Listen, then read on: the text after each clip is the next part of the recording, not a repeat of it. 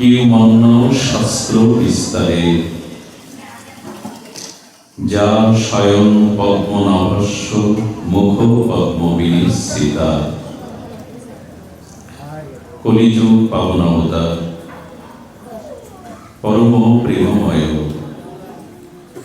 প্রেম পরতত্ত্ব সীমা, রাসবিলাসের চরম পরিণতি, প্রেম বিভক্ত বিলাস শ্রীমূর্তি।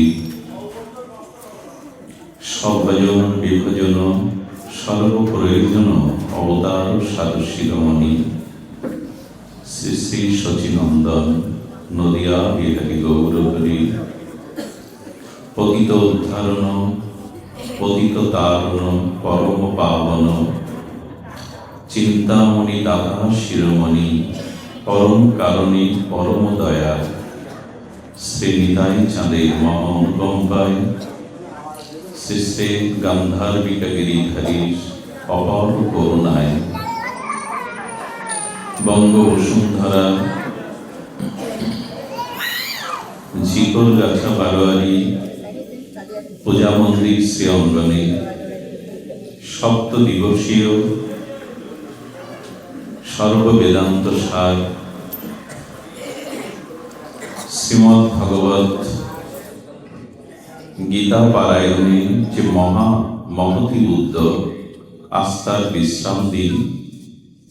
বিশ্রাম দিবসীয় শ্রীমদ্ ভাগবতীয় অমৃত কথা জ্ঞানযজ্ঞের ভক্তিযজ্ঞের শুভারম্ভে অস্মাদীয় জীবনধন জীবন সর্বস্ব প্রাতঃস্মরণীয় পরম বন্দনীয় সদ্গুরু শ্রী ভগবান শ্রী শিল গুরু মহারাজের রাতুল আতুল পাবন পদার বৃন্দে পরাধ্য কোটি দণ্ডবৎ প্রণতি।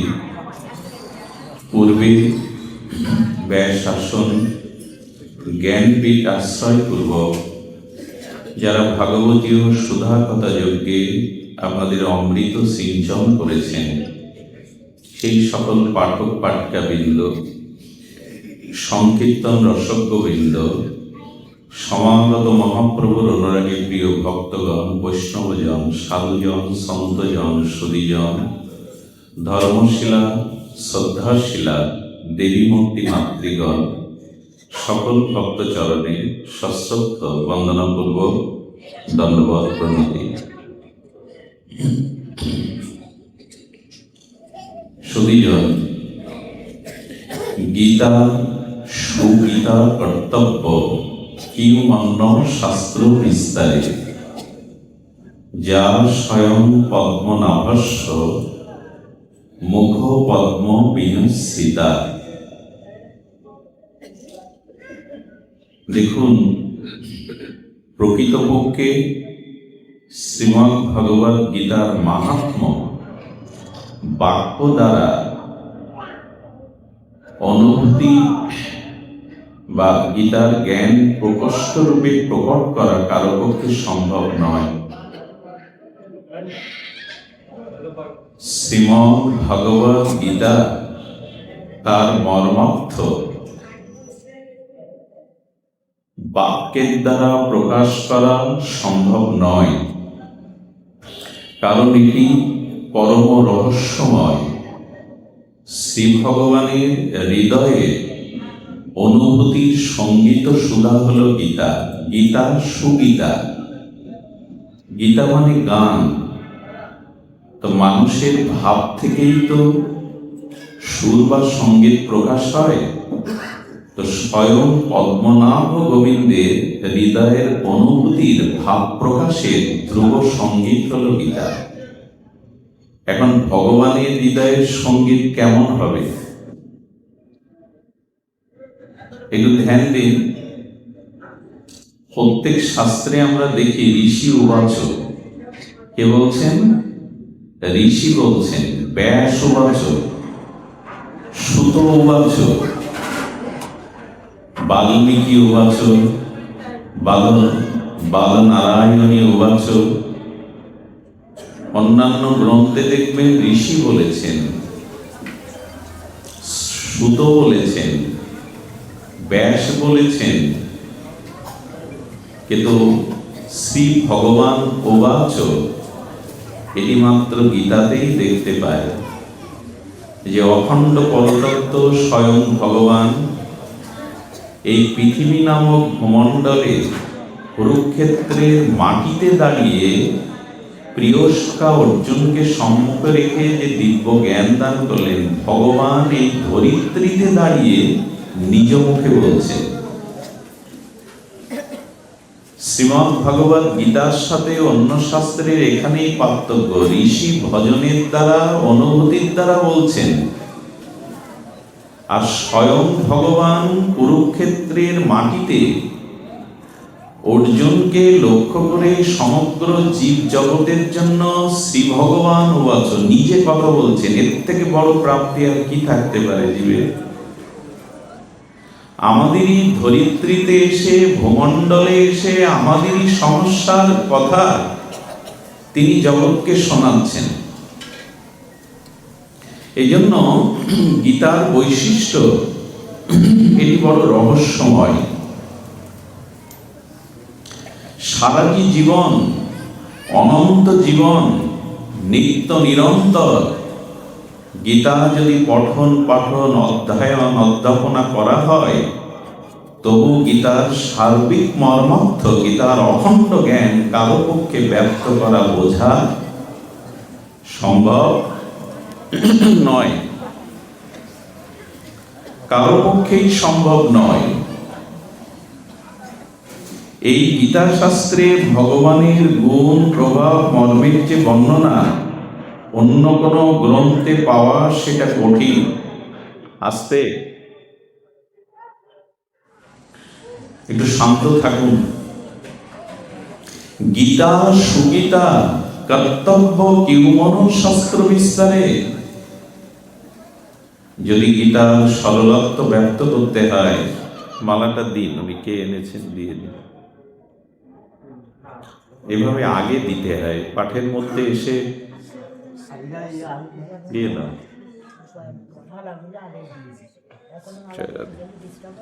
জয় আস্তে আস্তে। তো এখানে কি বলেছে? কিউমান্য শাস্ত্র বিস্তারে। দেখুন, অন্য শাস্ত্রে মহাভারতের লক্ষাধিক শ্লোক, তো অন্যান্য শাস্ত্রে বিস্তার বহুল, কিন্তু সারাংশার স্বল্প। তো ধ্যান দিয়ে শুনুন।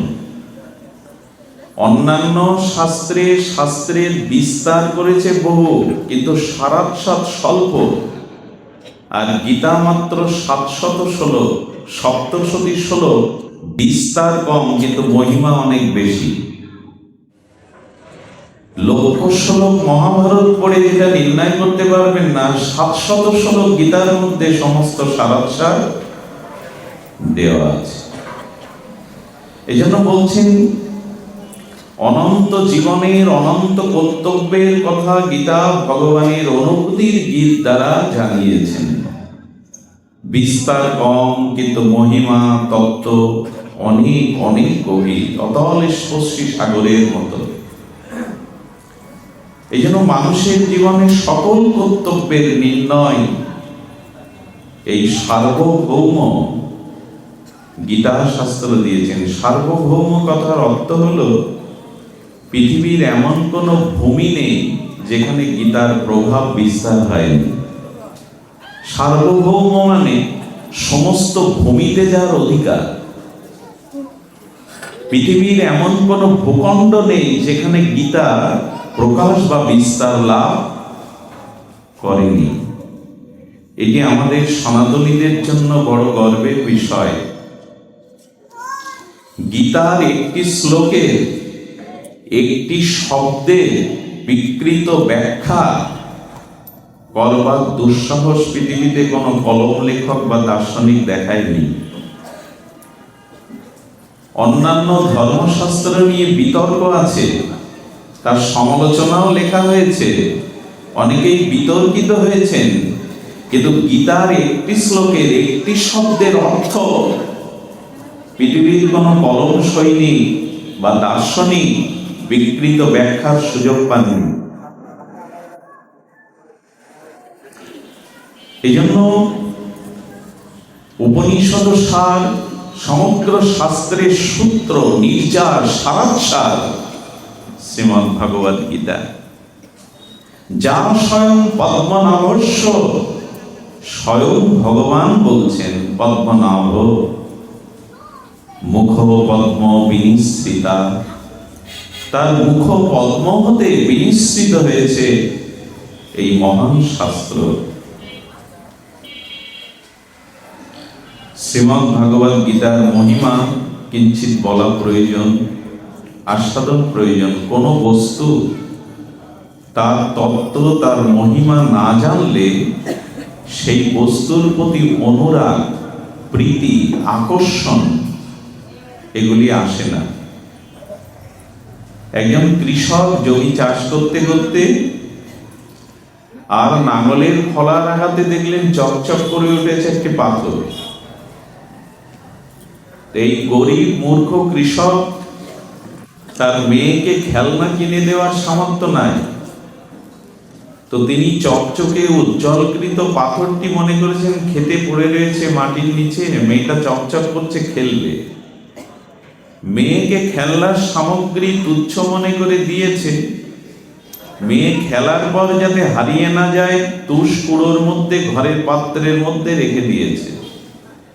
পরদিন প্রভাতে এক সাগরা, যিনি মণিকাঞ্চন বোঝেন, তিনি ওই পথ দিয়ে যেতে যেতে দেখছেন পুরো ঘরটা আলোকিত হয়ে গেছে দিনের বেলা। কিসের এত উজ্জ্বল জ্যোতি? তিনি গিয়ে যখন সেই পাথরটির জ্যোতি থেকে প্রকাশ হয়েছে ঘরের সমস্ত আলো, কৃষককে বলছেন, এই পাথরটার মূল্য তুমি জানো? বলল, কুড়িয়ে পেয়েছি নাঙলের ফলার আঘাতে, চকচক করছে, আমার কপালে কি আর এই পাথর ছাড়া কি জুটবে? বলে, তুমি আমার সাথে এসো। জহুরি এক সবজির দোকানে গিয়ে বলছেন, এই পাথরটা নিয়ে আপনি কি দিতে পারেন বিনিময়ে? বলেন, আমি 2 বস্তা আলু দিয়ে দেবো। মনে করছে এত চকচক করছে, এত দামি পাথর হবে। কৃষক তখন বলছেন, আপনি দিন ওনাকে 2 বস্তা আলুতে আমার সারা বছর চলে যাবে। মুদি দোকান, সোনার দোকান, এইভাবে বাড়তে বাড়তে রাজার কাছে নিয়ে যাওয়া হলো। রাজা বললেন, আমি পুরো রাজ্য দিয়ে দিলেও এই মণির মূল্য চোকাতে পারবো না, এটা কোহিনূর হীরা। আচ্ছা, রাজার মুখে, সম্রাটের মুখে যখন কৃষক একথা শুনবেন, ওই কুড়িয়ে পাওয়া মণি সম্পর্কে অজ্ঞতা থাকার দরুন যেরূপ জ্ঞান করেছিলেন মণিকে, আজকে সেই রূপ জ্ঞান করবে কি? যখন কুড়িয়ে পেয়ে মনে করেছিলেন সাধারণ কোনো চকচকে পাথর, ওটা খেলনার বস্তু ভেবে তার কন্যাকে দিয়েছিলেন, আজ যখন সম্রাটের মুখে শুনলেন পুরো রাজ্য দিয়ে দিলেও এর মূল্য দেওয়ার ক্ষমতা আমার নাই, তখন কি মনির উপর কৃষকের আগের দিনের ভাবনা থাকবে? কি ভাবনা থাকবে? যেটা মহান, মূল্যবান, আমার জীবন এতেই পরিপূর্ণ, ধন্য হয়ে যাবে। তেমনি কোন বস্তুর মহিমা, তত্ত্ব পুরোপুরি না জানলে সেই বস্তুর প্রতি আপনার অনুভূতি, টান কখনো আসবে না। তো গীতাকে তো জানতে হবে, গীতাকে তত্ত্ব তো জানতে হবে যে এর মহামহিমা। এর মহামহিমা যদি আমরা জানতে পারি, তখনই গীতার প্রতি আমাদের পুরোপুরি তত্ত্বের টান, আসক্তি, অনুভূতি এগুলি জন্মাবে। শ্রীমদ্ ভগবদ্ গীতার বৈশিষ্ট্য হলো সম্পূর্ণ স্বয়ং নিরপেক্ষ তত্ত্বের উপরে প্রতিষ্ঠিত। এই জন্য দেখবেন সনাতন ধর্মের যত শাখা প্রশাখা আছে, যত সম্প্রদায় আছে, গীতাকে কেউ কখনো গ্রহণ না করে গীতাকে পাশ কাটিয়ে যেতে পারেননি। সনাতন ধর্মের এমন কোন সম্প্রদায় নেই যে গীতাকে বহুমানন করেননি। গীতার নিরপেক্ষতা হলো এটাই। শুধু কি তাই, মহাত্মা গান্ধীর মতো বিশ্ববরেণ্য নেতা, যিনি লাঠি ঠুকে ঠুকে ভারতের স্বাধীনতার অগ্নি প্রজ্বলিত করেছিলেন, সেই মহাত্মা গান্ধীও বলেছিলেন, গীতা আমার জীবনে সর্ব সমস্যা সমাধানকারী একটি মহা মহিমা। এই গীতাতে আমি যখনই কোনো রাজনৈতিক, সামাজিক, পারিবারিক সংকটে পড়েছি, গীতায় দিয়েছে আমার সুস্থ সমাধান, আমার জীবন চলার পথ। মহর্ষি দেবেন্দ্রনাথ ঠাকুর বলেছিলেন এক সভাতে যে আমার গৃহে বিনা সলিতায়, বিনা তৈলধারায় একটি প্রদীপ জ্বলছে, যে প্রদীপে আমার ঘর না বিশ্ব আলোকিত হতে পারে, সেটাই গীতা। এই জন্য শ্রীমদ্ ভগবদ গীতার অনন্য যে মহিমা, সে মহিমা ব্যক্ত করা বাক্যের দ্বারা, ভাষার দ্বারা সম্ভব নয়। শ্রী ভগবান নিজেই বলেছিলেন যে ইতিপূর্বে কেউ আমার এত প্রিয় হয়নি, আগামীতেও আমার এত প্রিয় হবে না কেউ। কে সে? শ্রী ভগবান নিজে বলছেন, ইতিপূর্বে আমার এত প্রিয় কেউ হয়নি, আগামীতেও আমার এত প্রিয় কেউ হবে না। কে সে? বলেন, যিনি গীতার বাণী ঘরে ঘরে প্রকাশ করেন, প্রচার করেন, তার থেকে প্রিয় এই জগতে আমরা কেউ বলি। তার থেকে প্রিয় এই জগতে আমার কেহ নয়, যিনি গীতার বাণী ঘরে ঘরে আর প্রকাশ করেন। তো দেখুন, গীতাকে যিনি প্রকাশ করেন বলছেন তার থেকে প্রিয় কেউ হয়নি এবং হবেও না। তাহলে এই গীতার মহিমা যিনি প্রচার করেন, আচরণ করেন, গোবিন্দ তাকে কতটা প্রিয় করেছেন। তার মতো প্রিয় পূর্বেও হয়নি, পরবর্তীতেও হবে না। সুধীজন, গীতার মহিমা বর্ণন প্রসঙ্গে একটা কথা স্মরণে এলো।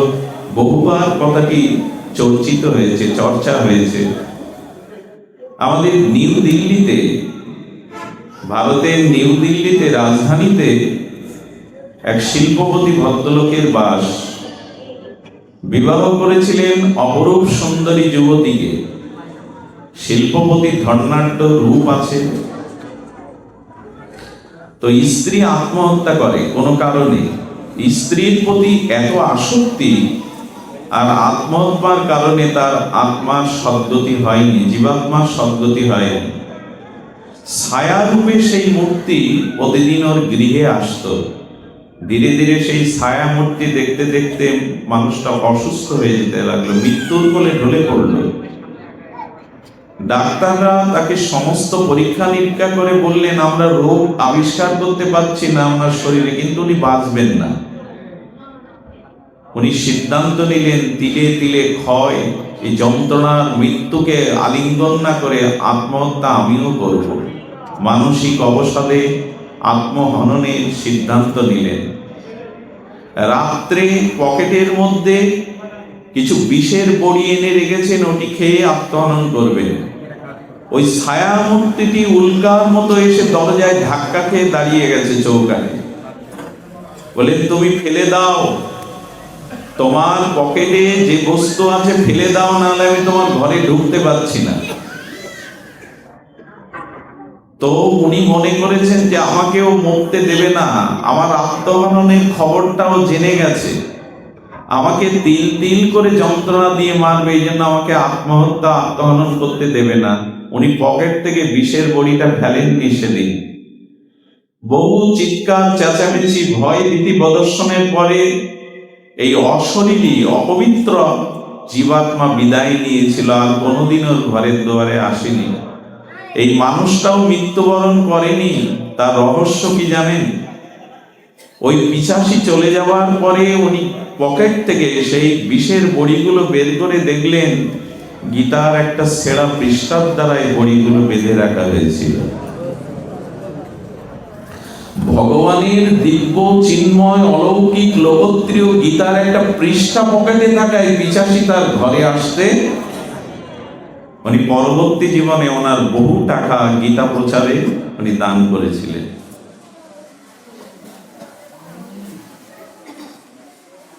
তো সেই শ্রীমদ্ ভগবদ গীতা, তার থেকে আমরা তিনটি মার্গ পেয়েছি।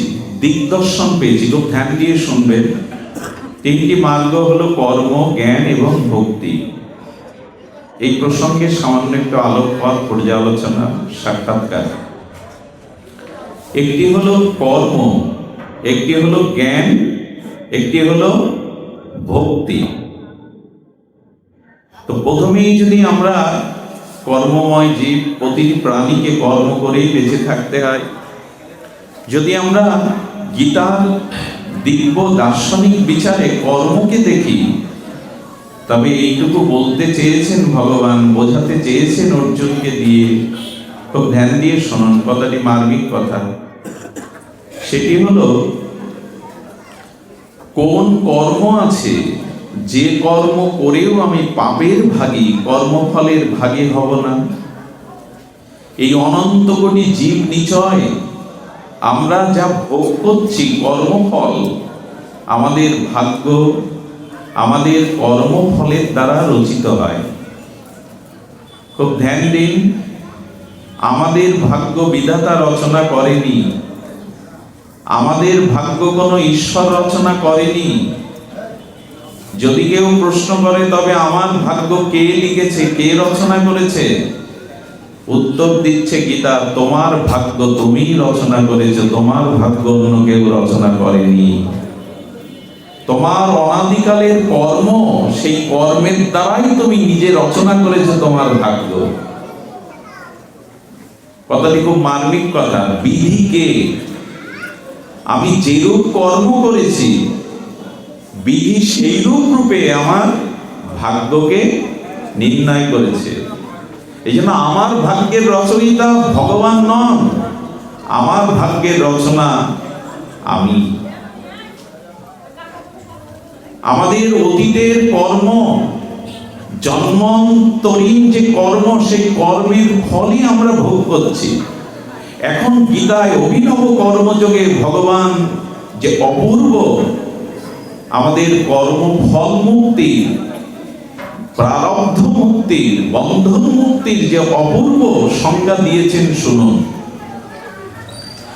এমন কি, কেমন করে কর্ম করলে কর্মের দ্বারা কর্মফল রচনা হবে না, বন্ধন হবে না, কর্মের ফল ভোগ করতে হবে না, পাপ হবে না, কর্মফলে আমি আবদ্ধ হব না জন্ম মৃত্যু চক্রে। কি সেই কর্ম, সেটি ভগবান বলছেন শুনুন। কর্ম কিন্তু প্রত্যেক জীবই করছে, কোন ক্রিয়াকে কর্ম বলে। আপনি ঘুমাচ্ছেন, ওটাও কর্ম, কারণ ঘুমটা ধীরে ধীরে গভীরে যাচ্ছে, সুষুপ্তির দিকে যাচ্ছে, হালকা ঘুম থেকে গভীর ঘুমের দিকে যাচ্ছেন, এটাও কর্ম। ইন্দ্রিয় দ্বারা যে ক্রিয়া সম্পন্ন হয় সেটি হলো, এই জন্য কোন জীব কর্ম ছাড়া ক্ষণকালও থাকতে পারে না। প্রত্যেকটি জীব কর্মের মধ্যে। গোবিন্দ বলতে চেয়েছেন, কোন কর্ম তোমার বন্ধনের কারণ হবে না, কোন কর্ম তোমার নূতন করে প্রারব্ধ রচনা করবে না, কোন কর্ম তোমাকে জন্ম মৃত্যু চক্র থেকে বন্ধন মুক্তি দেবে, তুমি শোনো। এটা অদ্ভুত কর্মযোগের সংজ্ঞা গোবিন্দ দিয়েছেন। কর্ম আমি করব, অথচ কর্মের ফল আমাকে ভোগ করতে হবে না। এই রহস্য শ্রীমদ্ ভগবদ গীতা জানিয়েছে। দেখুন, অসাবধানে আপনি কোন স্থানে আর পাদুকা দেননি, জুতা বা পাদুকা পায়নি, অসাবধানে বাগানে ঘুরতে ঘুরতে কণ্টক বিদীর্ণ হলো, কাঁটা ফুটলো, আপনি যন্ত্রণা পাচ্ছেন। অসাবধানে পাদুকা দেননি, জুতো পরেননি, কাঁটা বনে গেছেন। ওই যন্ত্রণাকাতর ব্যক্তিটি বসে পড়ে কি করে জানেন? পাশের ওর থেকে আরেকটি শক্ত কাঁটা নিয়ে নেয়, ওই শক্ত কাঁটা দিয়ে যন্ত্রণাকাতর বিদ্ধ হয়েছে যে কাঁটাটা, তা তুলে ফেলে। যখন একটি কাঁটা দিয়ে ওই বৃদ্ধ যন্ত্রণাকাতর বিদীর্ণ ওই কাঁটাটা তুলে ফেলে, তখনই সে শান্তি পায়।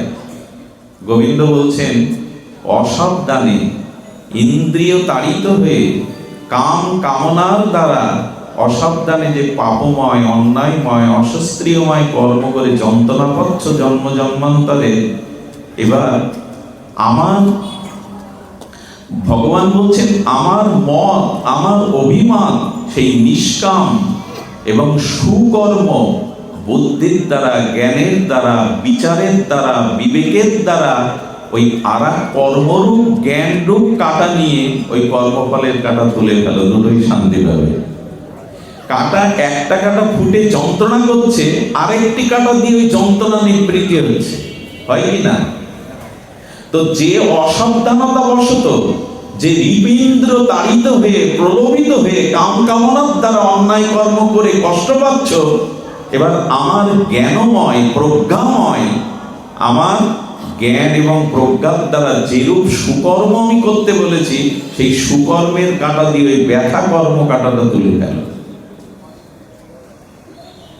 দেখুন, কর্ম করতে গেলে প্রথমেই যে জিনিসটা জানতে হবে সেটি ভগবান এইভাবে বলছেন, অদ্ভুত কথা। কর্মণ্যেবাধিকারস্তে মা ফলেষু কদাচন। এই অদ্ভুত বিখ্যাত শ্লোকটিতে গোবিন্দ বলছেন, আচ্ছা, সমুদ্র বা নদীর তরঙ্গ হয় কিনা? নদীর বা সমুদ্রের তরঙ্গ হয় কিনা? এখন এই যে ঢেউ বলছি, তরঙ্গ বলছি, উর্মিমালা বলছি, এগুলো নদী বা সাগরের জল ভিন্ন অন্য কিছু কি? ঢেউটা, তরঙ্গটা জল ভিন্ন অন্য কিছু কি? কিন্তু নাম যে আলাদা বলছি। ঢেউ, তরঙ্গ, উর্মিমালা, সেটা দেখতেও ভালো লাগছে। তো গোবিন্দ বলছে, দেখো, এই যে দেহ, এই যে পঞ্চত্বময় প্রপঞ্চ, এই মাইক দেহ, এই দেহ তুমি নও। কারণ জল ছাড়া ঢেউয়ের আলাদা কোনো স্বাতন্ত্র্য, কথাগুলো একটু ভেতরে বুঝতে হবে। জল না থাকলে তরঙ্গ উঠবে কি? বুদবুদ উঠবে কি? ঢেউ উঠবে কি? জলেরই একটা পরিণাম হলো তরঙ্গ বা ঢেউ। ওটা জল ছাড়া অন্য কিছু নয়। জল না থাকলে তরঙ্গ থাকবে না। তেমনি গোবিন্দ বলছেন, আত্মাটাই তুমি, দেহ তুমি নও। এই কথাটা কত কোটিবার শুনেছি আমরা, উপলব্ধি করিনি। তুমি দেহ নও, তুমি পরমাত্মা, সচ্চিদানন্দ চিৎকণ অংশ আত্মা। এই আত্মা আছে তাই সমস্ত তরঙ্গ উঠছে। জল আছে তাই, সমুদ্র আছে তাই, নদী আছে তাই তরঙ্গ উঠছে। আত্মা আছে তাই তোমার কর্ম হচ্ছে।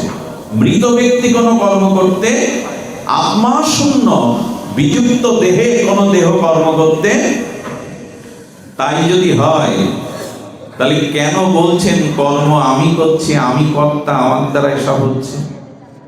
বোঝা যায় কি কর্মে কেন ফেসে যাচ্ছে আমরা, কর্মে কেন আটকে যাচ্ছি? সমুদ্র ছাড়া যেমন তরঙ্গ নয়, জল ছাড়া যেমন ঢেউ নয়, তেমন আত্মা না থাকলে আপনার আমার কিছু করবার সামর্থ্য থাকে না। তাই যদি হয় আত্মা আছে, আত্মার তরঙ্গের কারণে কর্ম হচ্ছে, কিন্তু কথায় কথায় আমি কর্তা কেন সাজি, আমি করেছি, আমার দ্বারা হচ্ছে। এই যখনই আপনি নিজে কর্মের কর্তা ভাবছেন, এই মাকে বসান না, মাকে বসান, বসুন। যখনই আপনি কর্তা সাজছেন, আমি করছি, তখনই আপনি কর্মের প্রারব্ধের বন্ধনে আবদ্ধ হচ্ছেন। এই সহজ কথাটি গুরু কৃপা ছাড়া, মহাতের কৃপা ছাড়া উপলব্ধি কোনো কালেই হবে না, যে আমি করছি না। আচ্ছা, লক্ষ্য করুন, কেউ যদি এই কথার সুযোগে বলে বসে সব যদি আত্মার দ্বারা হয়, ভগবানের দ্বারা হয়, তাহলে পাপ কর্মও তো তার দ্বারা হচ্ছে, আমি দায়ী হব কেন? প্রশ্ন আসে না? অনেকেই বলে তো, সব যদি আত্মার কারণে হয়, তাহলে আমার দ্বারা যে পাপ কর্ম, অন্যায় কর্ম, অশাস্ত্রীয় কর্মের দায়টাও তো তার। আচ্ছা, এই যে আলোর প্রকাশ হয়েছে, এখানে যে বাল্বটা জ্বলছে, এই বাল্বটাতে আপনি যদি জাল দলিল লেখেন অথবা ভাগবত পাঠ করেন, এর পাপ পুণ্যের দায়ভারও নেবে, কিন্তু ওর আলোতেই তো করছেন। আপনি দিব্য আলোকের জ্যোতিতে কোন নিষিদ্ধ কিছু লিখছেন, জাল দলিল করছেন, আবার ভাগবত পাঠও করছেন, তাস খেলছেন, আবার ভাগবত পাঠ করছেন, ও শুধু সাক্ষী স্বরূপ, আলো সাক্ষী স্বরূপ, ও কোনো পাপ পুণ্য নেবে না। তেমনি শাস্ত্র বলছে যে ভগবান আত্মা রূপে, সাক্ষী রূপে তোমার মধ্যে আছে, আর তোমাকে নিষিদ্ধ কাজ আটকানোর জন্য তোমার ভিতরে গোবিন্দ বিবেক বা বিচার দিয়েছেন, শাস্ত্র দিয়েছেন, সাধু দিয়েছেন, হরিনাম দিয়েছেন, আর সর্বোপরি দিয়েছে তোমার বিবেক এবং বিচার। এইকে উপেক্ষা করে যখন তুমি কোনো অন্যায় কর্ম করছো, সে দায়ভারটা গোবিন্দ নেবে না। এই জন্য তোমাকে অন্যায় কর্ম প্রতিকার করবার জন্য তোমাকে বিবেক এবং বিচার এটি দেওয়া হয়েছিল। তোমার হাতে ছুরি আছে, তুমি ডাক্তারের মতো পর কল্যাণের মতো বুক চিরে অপারেশন করে তাকে ভালো করো, কারণ বুকে ছুরি বসিয়ে মারতে যেও না। এটা ছুরির দোষ নয়, উদ্দেশ্যকারীর দোষ। সন্ত্রাসীর হাতে ছুরি যদি কারো বুকে বিদ্ধ করে বেঁধে ফেলে অর্থ প্রলোভনে, আর ডাক্তার একই ছুরি দিয়ে যদি কারো বুক চিরে সুস্থ করে, দুটোই বুকে বসানো হলো, কিন্তু উদ্দেশ্যের কারণে একজন পাপ করলো, একজন মহৎ কাজ করলো। ছুরির এখানে দোষ কি না উদ্দেশ্যকারীর ভাবনার দোষ। তেমনি ভগবান বললেন আমি আত্মা রূপে তোমার মধ্যে রয়েছি এবং বিচার বিবেক শাস্ত্র দিয়েছি, কোনটা উদ্দেশ্য মহৎ করতে হবে, কোনটা কোন কাজটি মহৎ, কোনটা কর্মের বন্ধন নাই। এই জন্য দয়া করে এই জগতের সব থেকে বড় বন্ধনের কারণ হলো আমি কর্তা, আমি। কেউ কেউ দেখবেন আস্ফালন করে বলে আমি আছি বলেই তো খেয়ে পরে বেঁচে আছে পরিবারের সব, আমি না থাকলে বুঝতে, তুমি না থাকলে ওদের কোনো ক্ষতিই হবে না, ওদের যেটা প্রাপ্তি প্রারব্ধ ওরা পাবে, তুমি ওদের বাঁচা মারার কর্তা নও, তুমি কর্তা সাজতে যেও না। এই জন্য আমাদের একটা দোষ আছে কি, শুভ কাজ হলে, সার্থক সফল কাজ হলে দাবিটা আমার দিকে আয়, আর যখনই ব্যর্থ হই, যখনই অসফলতা আসে, তখন আঙুল তুলি অন্যের দিকে। এই জন্য গীতা বলছে এমন করে কর্ম করো, সেই কর্মের দ্বারা তোমার বন্ধন আসবে না। আপনি চিন্তা করতে পারেন, রামচন্দ্র রাবণকে বধ করলো, তাতে বশিষ্ঠ বললেন তোমার ব্রাহ্মণ হত্যা পাপ লেগেছে। রাবণ হলো পুলস্ত ঋষির বংশধর, মুনির বংশধর, ব্রাহ্মণ হত্যা পাপ লেগেছে, তোমাকে অশ্বমেধ যজ্ঞ করতে হবে। আর যে হনুমান লাখ লাখ সেনাদের মারলো, তার জন্য রাজস্ব যজ্ঞ নয়, হনুমানের পাপ লাগেনি। কারণ কি, হনুমান ওখানে কর্তা সাজেনি, আমি করেছি এই কাজ, সব রামের কর্ম, সব প্রভুর কর্ম, ওখানে সঁপে দিয়ে করেছে, আমি করিনি। কর্মের রহস্যটা জানলে আপনাকে কর্ম আটকাতে পারবে না। আমি করেছি, আমি কর্তা, আমার দ্বারাই হয়েছে, আমি ভাবটাকে সরিয়ে দিই। নদীর জলের তরঙ্গ হয়, তরঙ্গের জল হয় না, ঈশ্বরের ইচ্ছায় হয়, আমার ইচ্ছায় কিছু। জলেরই তরঙ্গ হয়, তরঙ্গের জল হয় না। এই জন্য সবাই বলে নদীর ঢেউ, ঢেউয়ের নদী, একথা কেউ বলে কি? এই জন্য আমাদের বিবেচনা করা উচিত, আত্মা আছে, আত্মাই কর্তা, আমি কর্তা নই। জীবন থেকে, অভিধান থেকে এটা বাদ দিন, কর্ম আপনাকে আটকাতে পারবে না, কোনো কর্মই। অর্জুন এত আত্মীয়বাদ করলো, ভীষ্ম, দ্রোণ কুরুক্ষেত্রে 100 ভাইকে বধ করলো, অর্জুনের পাপ।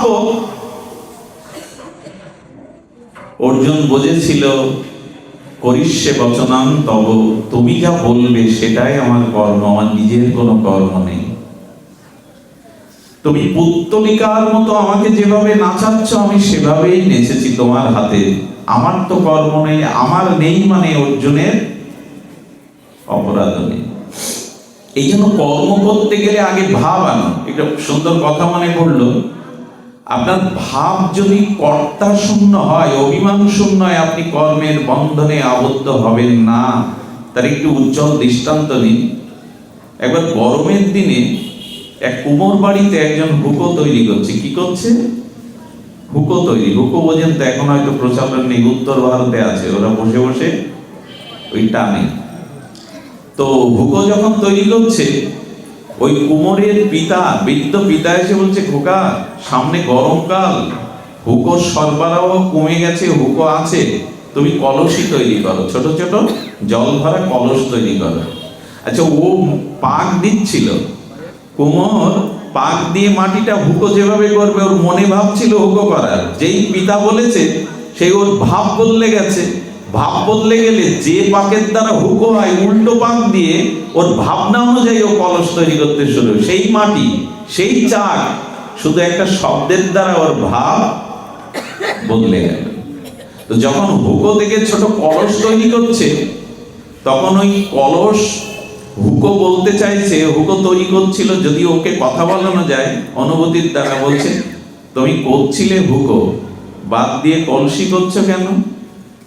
তখন বলছেন যে পিতা আমাকে জানালো হুকো নয় কলসি নির্মাণ করতে, পিতার একটা শব্দে আমার ভাব বদলে গেল, হুকোর বদলে আমার ভাব বললে কলসি হচ্ছে। তখন ওই যে নির্মিতব্য মাটি তখন বলছেন, শব্দের দ্বারা তোমার ভাব বদলে গেল, আর তোমার ভাবের দ্বারা আমার স্বভাব বদলে গেল। তোমার স্বভাব কি বদলালো? বললো হুকো হলে আমি নিজেও জ্বলতাম, আর যে টানতো তার মুখও জ্বালাতাম, কিন্তু এখন যা তুমি করছো কলসি, আমিও শীতল থাকবো, আর আমার যে জল পান করেও মানুষ শীতল হবে। তোমার তোমার শব্দের দ্বারা, তোমার শব্দের দ্বারা তোমার ভাব বদলেছে, আর তোমার ভাব বদলানোর দ্বারা আমার স্বভাবও বদলে গেছে। গীতায় ভগবান যেন বললেন, কর্মযোগ যদি জানতে পারো তুমি কর্তা নাও, তখন তোমার ভাব বদলাবে, স্বভাবও বদলাবে, আর তখনই তুমি কোনো কর্মের ফলে আবদ্ধ। কর্মান্নে বালিকা রাস্তে মা ফলেষু কদাচন। আরেকটি কথা বলি, সংসারকে খুব বেশি আসক্তির দ্বারা গুরুত্ব দিতে যাবেন না। গীতায় এই আসক্তি শূন্যের কথাটা বহুবার গোবিন্দ বলেছেন, তো অদ্ভুত কথা। কর্মযোগের প্রধান কথা হলো সংসারে কারো প্রতি অতিরিক্ত মমতা আনতে যেও না, ফেসে যাবে।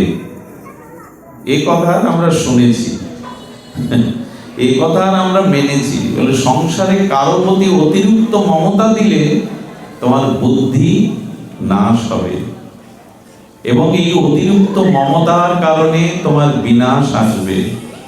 ধায়তে বিষয়ং পুংস সংজাত সংজায়ত কামা, কামা ক্রোধবিজায়তে, ক্রোধ ভবতি সম্মোহা, সম্মোহা বুদ্ধি ভ্রমসাদ, বুদ্ধি ভ্রমসাদ বুদ্ধি নাশাদ, বুদ্ধি নাশাদ প্রাণস্যতি। গীতা হলো বুদ্ধির শাস্ত্র। গীতা বলছে সুবুদ্ধি যদি তুমি, ভগবান প্রেরিত সুবুদ্ধি যদি অর্জন করতে পারো, গীতা হলো বুদ্ধির শাস্ত্র। এই জন্য গোবিন্দ বলেছেন, দেহটা হলো রথ, মনটা হলো লাগাম, আর সেই মন রূপ লাগামটা তুমি সারথি রূপ ভগবানের হাতে দিয়ে দাও। দেহটা যদি রথ হয়, ইন্দ্রগুলি যদি চাকা হয়, আর মনটা হলো তোমার রথের লাগাম, এই রথের লাগামটা তুমি আমার হাতে দিয়ে। যেন গোবিন্দ বহুবার গীতাতে একটি শব্দ বারবার উচ্চারণ করেছেন, সেই শব্দটি মন মানা ভব। মন চিত্ত, তোমার মনটা আমায় দাও, তোমার মনটি আমায় দাও। আচ্ছা, গোবিন্দ বাড়ি চাইলেন না, ঘর চাইলেন না, আমার দেহ চাইলেন না, আমার সম্পত্তি চাইলেন না, কি চাইছেন? মন আমায় দাও। আচ্ছা, আপনার কাছে আমি করতাল চাইছি, আপনি করতাল আমায় দিলেন, তারপর আর করতাল চাওয়ার প্রয়োজন আছে? আছে কি? যে বস্তু চেয়ে পেলাম তাকে আর পাওয়ার প্রয়োজন আছে? কিন্তু গোবিন্দ বললেন যেন অর্জুন এখনো পুরোপুরি মনটা আমাকে দিতে পারিনি, এই জন্য চাইছি, আর তোমাদের কাছেও চাইছি, একবার মনটা আমায় দিয়ে দেখো, শুধু মনটা আমায় দাও, তারপরে আর তোমার কিছু করার নেই, সব আমি তোমার জন্য করবো, সারথীর কাজ। এবং চিন্তা করতে পারেন, অর্জুনের সারথীর দায়িত্ব অর্জুন দিয়েছিল গোবিন্দকে। আচ্ছা, সারথী যে সেই সারথি কি করবে? ঘোড়ার যদি জল খাওয়ানোর প্রয়োজন হয়, ঘাস কুটো দেওয়ার প্রয়োজন হয়, কে দেবে? সারথি না মালিক? একটু কথা বলুন তো। অর্জুন কাকে সারথির দায়িত্ব দিয়েছেন? গোবিন্দ ঘোড়াটাও ঘাস খাওয়াচ্ছেন, রথটাও মুছে দিচ্ছেন, অর্জুন যেখানে বসবে ওই জায়গাটাও মুছে দিচ্ছেন। গোবিন্দ দেখাচ্ছেন একবার যে আমার উপরে মনটা শোভে দেয়, পরবর্তী দায়িত্ব আমার, আমি সমস্ত দায়িত্ব পালন করব, আমার দাও, সব দায়িত্ব আমার। কিন্তু জীবনে বাতাসা দিলাম, ধূপ দিলাম, মালা চন্দন দিলাম, মন্দির করে দিলাম, মন দেওয়া হয়নি। মার্মিক কথা হলো, মন যতক্ষণ ভগবানকে না দিবেন, দেখুন শাস্ত্রে বলছেন এই জন্য ভক্ত সঙ্গ দরকার। একটা অদ্ভুত কথা রামায়ণ থেকে এসেছে। রামচন্দ্রের জীবনে সমস্যা চলছে, খুব ধ্যান দিয়ে শুনতে হবে, এত কোলাহল হলে হবে না। রামচন্দ্রের জীবনে সমস্যা চলছে, সীতাহারা হয়েছে।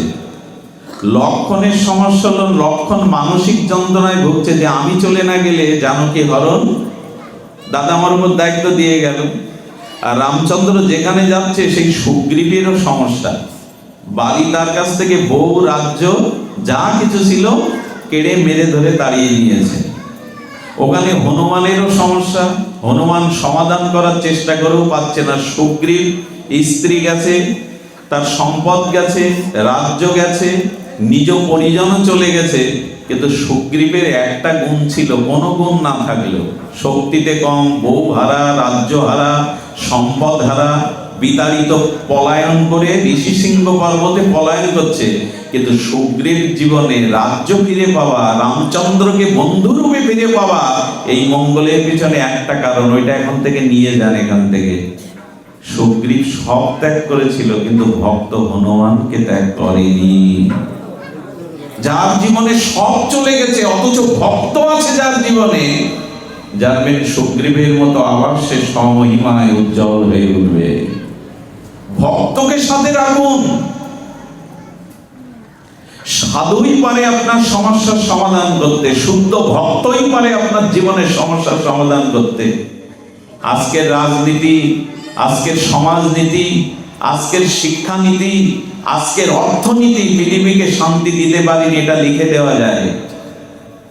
সারা পৃথিবী চলছে, অর্থনীতি, কোন নীতি আজ পৃথিবীকে শান্তির আওয়াজ তৈরি করতে পারছে না। যুদ্ধ আর যুদ্ধ, একটাই কেবল নীতি আছে, সেটি হলো ভক্ত আশ্রয় করুন, সাধু আশ্রয় করুন। হনুমান ছিল, আচ্ছা রামের সাথে সুগ্রীবকে কে মিলিয়ে দিল, পরিচয় করে কে দিল? হনুমানই। তেমনি আমাদের সর্বহারা বঞ্চিতের সাথে ভগবানের সখ্যত্ব, ভগবানের সাথে মিলন করিয়ে দেয় সাধুগুরু বৈষ্ণবী। তাদের জীবনে রাখুন। কত বড় সংকেত দিয়েছেন তুলসীদাস গোস্বামী। সর্বহারা সুগ্রীব ভগবানকে বন্ধুরূপে পেল, ভগবানের সাথে যুক্ত করে দিলেন, পরিচয় করে দিলেন হনুমান।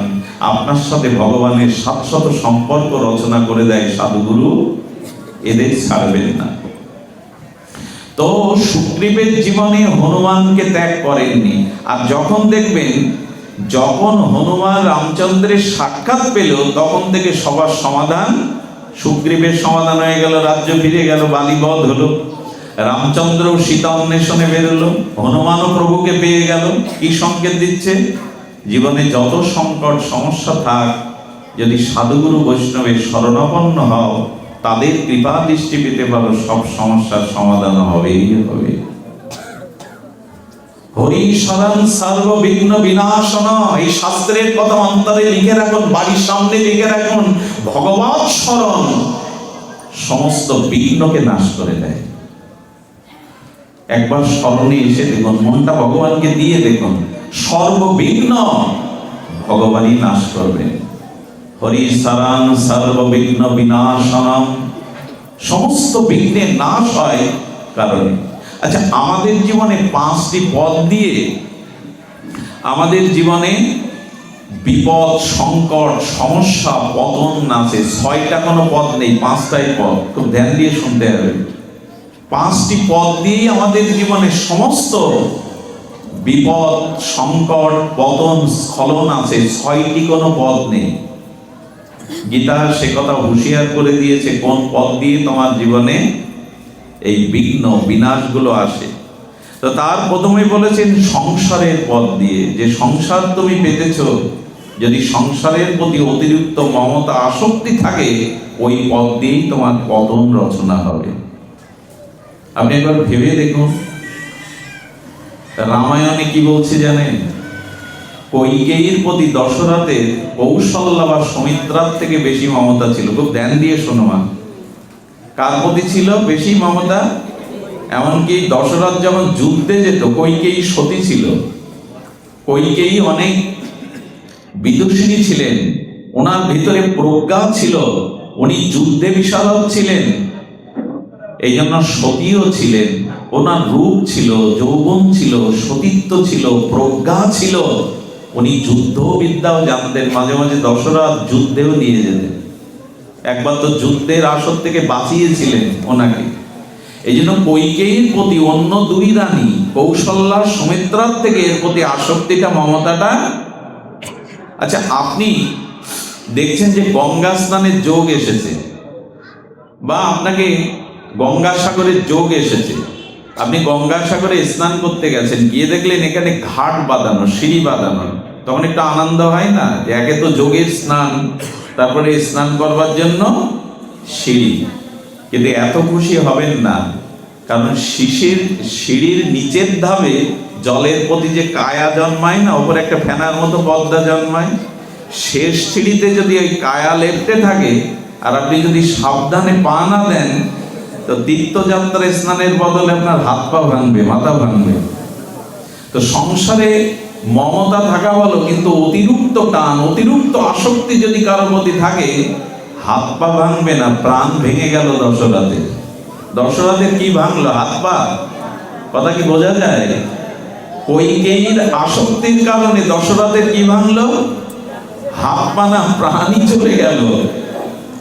আরে কৈকেয়ীকে দশরথ বলেছিল, কৈকেয়ী, রাম আমার প্রাণ, প্রাণ চলে গেলে দেহ বাঁচে না, তা রাম বনে গেলে তো আমি মারা যাব, তুমি বিধবা হবে। কৈকেয়ী অতিরিক্ত সত্যের কারণে বলে বসলো, বৈধব্য বেশ যদি থাকে ভাগ্যে, তা হবে, কি করার আছে? চিন্তা করা যায়, কোন সতী কথা বলতে পারে? আর জীবনে সৎসঙ্গবাদে যদি কুসঙ্গ, 2 জায়গায় 2 জন ক্ষতি করে দিল। এক মহাভারতের ধ্বংস ডেকে আনলো কৌরবদের শকুনি, আর রামচন্দ্রের অযোধ্যাতে আগুন লাগিয়ে সব শেষ করে দিল মন্থরা। এখানে 2 জন।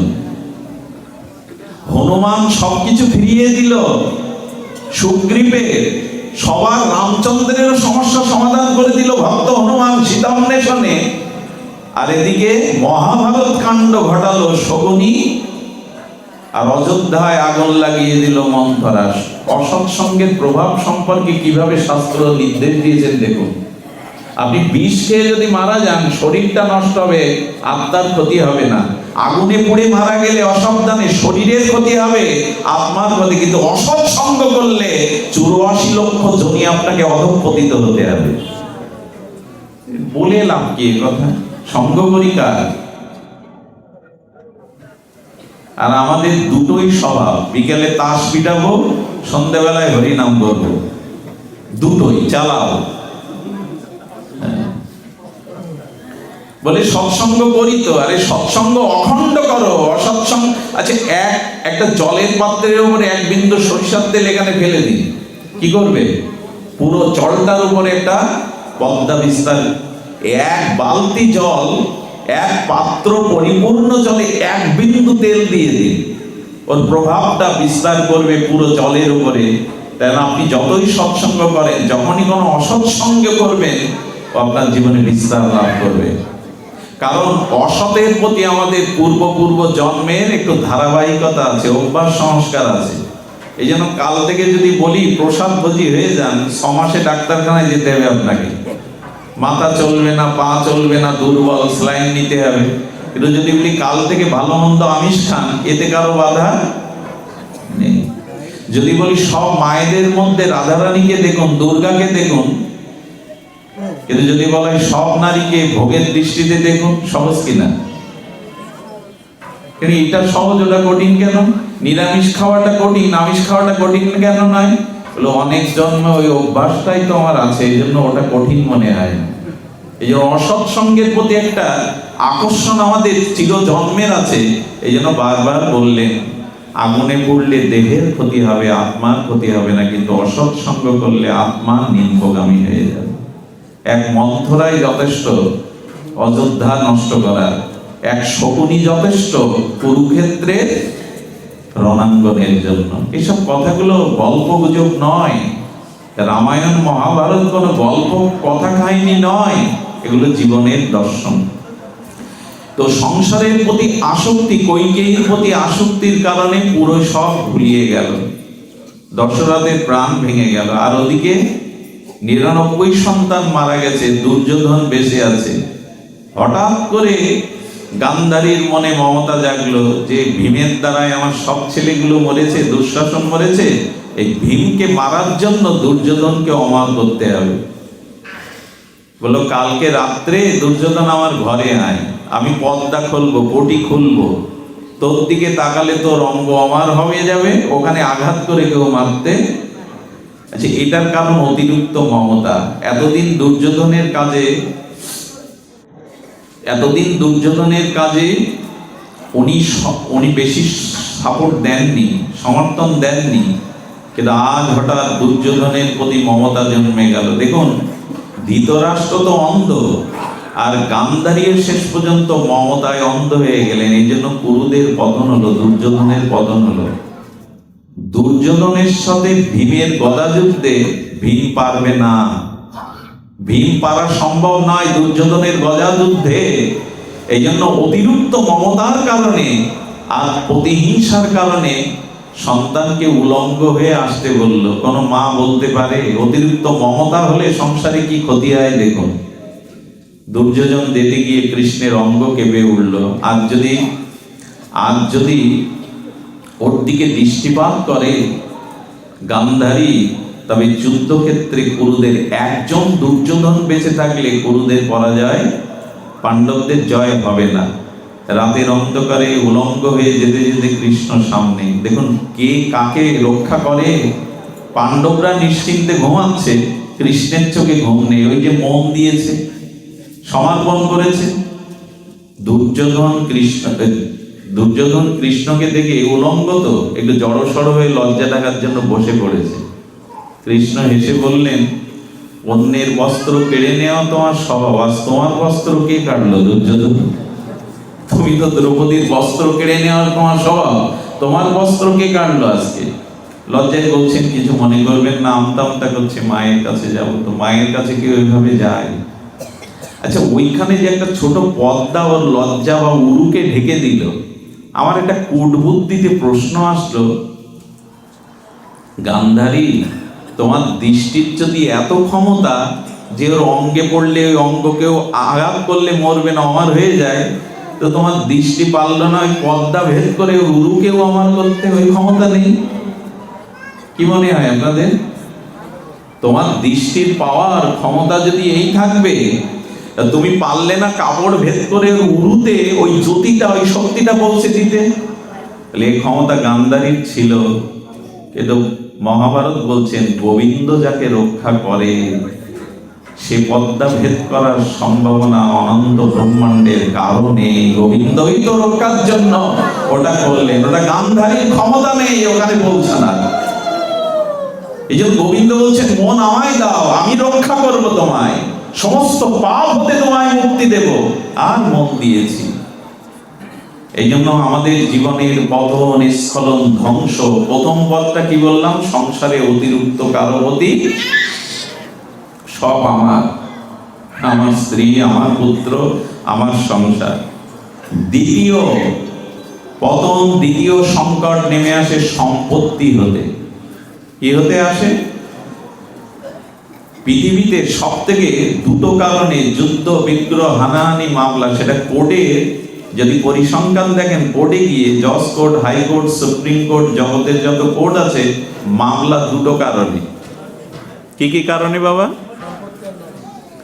নারী এবং সম্পত্তি কেন্দ্রিক।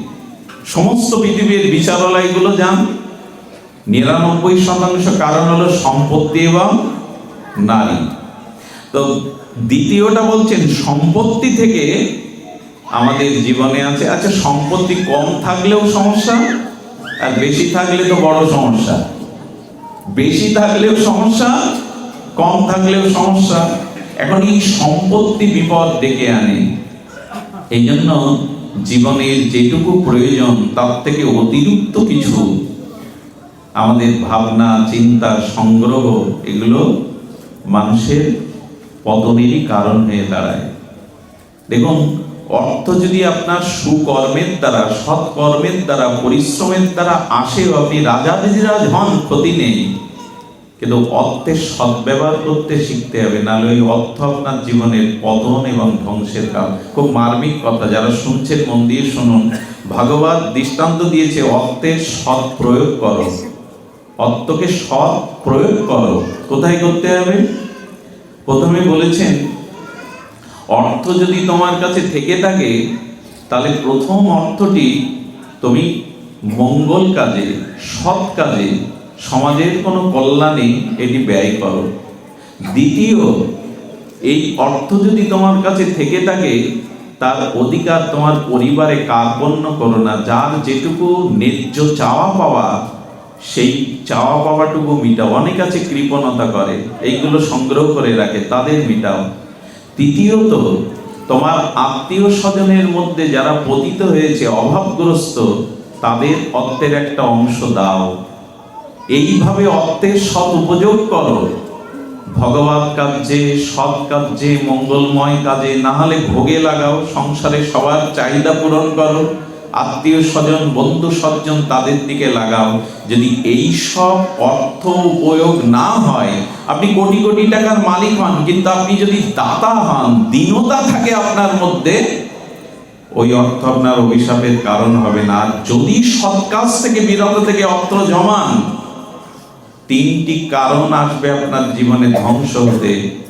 অর্থ সৎ কাজে উপয়োগ না করলে অর্থের দ্বারা 3টি কাজ তার জীবনে কোনো না কোনো দিন আসবে। একটি হলো মদ, নারী আর জুয়া। অর্থ আছে অথচ সৎ কাজে ব্যয় করবেন না, দুঃখী আত্মীয় স্বজনকে দিবেন না, কৃপণতা করে সবার যেটা প্রয়োজন ব্যয় করবেন না, ওই অর্থ মদ, নারী আর জুয়া আপনার জীবনে টেনে আনবে। চারিদিকে তাকিয়ে দেখুন। এই জন্য ভাগবত বলেছেন, অর্থের সৎ উপয়োগ করো। আর এই কথা আমরা শুনেছি, সৎ কাজে অর্থ নিয়োগ করো, ব্যয় করো। ধনী হও, কাউকে ধনী হতে নিষেধ করা হয়নি। ঐশ্বর্যপতি হও, কিন্তু দীন ও দাতা হও, সৎ কাজে অর্থকে প্রয়োগ করো। এই জন্য সম্পত্তির দ্বারাই মানুষের জীবনে চলে আসে বিপত্তি। আমি 5টা পথের কথা বলবো, 6টা কোনো পথ নেই আমাদের জীবন ধ্বংস হওয়ার, অকল্যাণ হওয়ার। তৃতীয় হলো সম্বন্ধ পথ থেকে। জগতে তার সাথেই সম্বন্ধ করুন, সম্বন্ধটা তাদের সাথে করুন যে সম্বন্ধ আমাকে পতিত করবে না, যে সম্বন্ধ আমাকে আর নিম্নগামী করবে না। এই জন্য সর্বদা সম্বন্ধ করতে হবে সতের সাথে, আদর্শের সাথে। সম্বন্ধ যেমন, আপনার জীবন গঠন তেমনই হবে। আরেকটা জিনিস দেখবেন, যে যেমন তার মনোভাব, তার সংস্কার যেমন, সে সম্বন্ধ করে ঠিক সেই ব্যক্তি বর্গের সাথে। আজকে সুগ্রীবের সাথে রামের সম্বন্ধ হলো, এই জন্য সুগ্রীব রাজ্য পেল। আজ বিভীষণের সাথে রামচন্দ্রের সখ্যতা এলো, বিভীষণকে প্রভু রঘুপতি রামচন্দ্র আশ্রয় দিলেন না, তাকে লঙ্কার রাজাও করলেন। রাবণ যদি একবার আশ্রয় নিত রামের, লঙ্কা শেষ হতো না, ধ্বংস হতো না। এই জন্য সম্বন্ধটা ভগবানের সাথে করো, সতের সাথে করো, সাধুগুরু বৈষ্ণবের সাথে সম্বন্ধ রাখো। তৃতীয় ধ্বংসের পথ যদি সম্বন্ধের কারণে ভুল হয়ে যায়। চতুর্থটা, আমাদের জীবনে পতন আসে শরীর থেকে।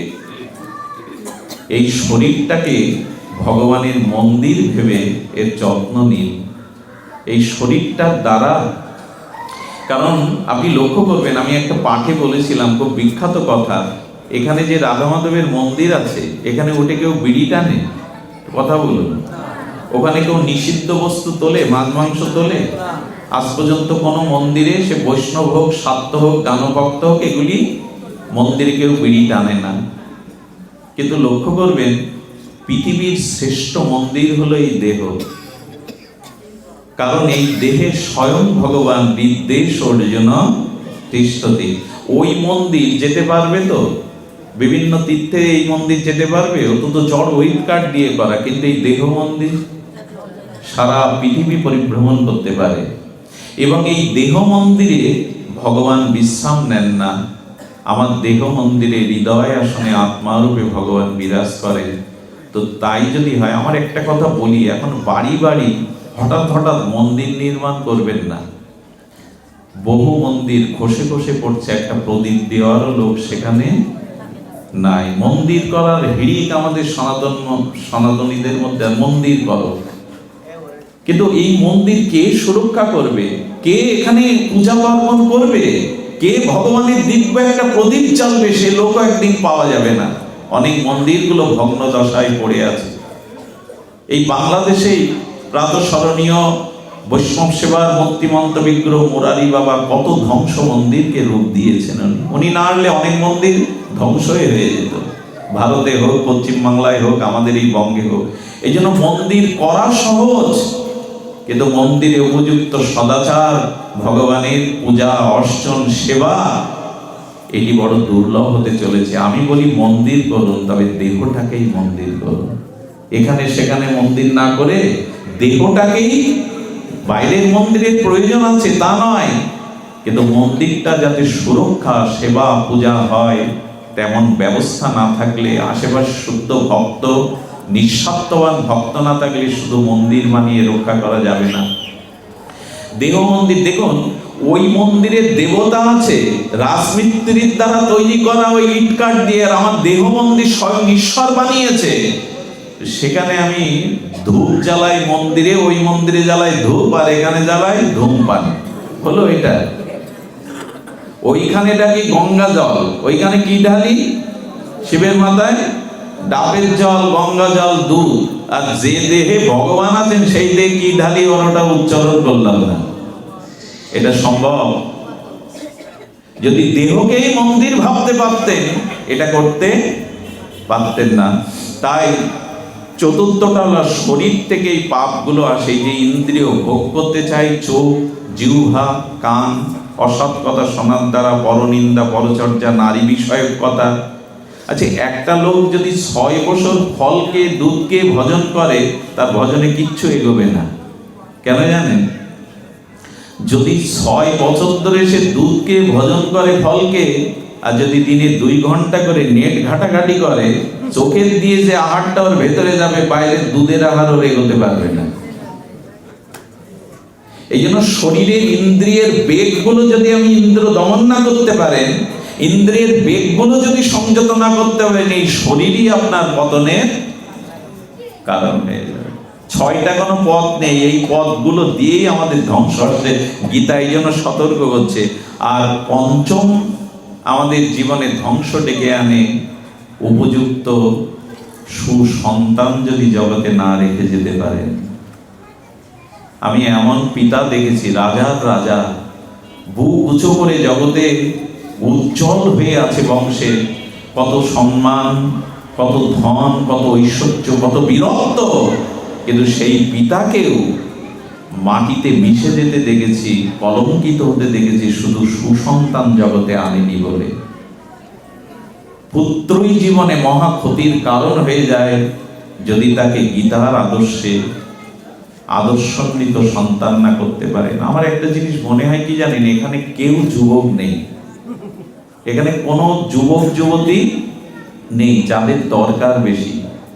আমি প্রায় বলি, বিকালে ঝরা ফুলে কেউ মালা গেঁথে দেয় ভগবানের গলায়, বাসি ফুলে কেউ বাসর সাজায়, আমরা ভগবত আসর সাজাই কাদের দিয়ে? কিছু মনে করবেন না।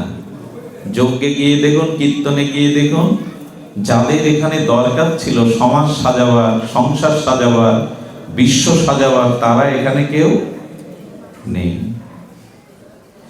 আমাদের সনাতনী হিন্দুরা এই একটা জায়গায় পিছিয়ে। যুবক যুবতীদের সংসারে আমরা ধর্মমুখী করার চেষ্টা আদৌ করি না, প্রায়শ করি না।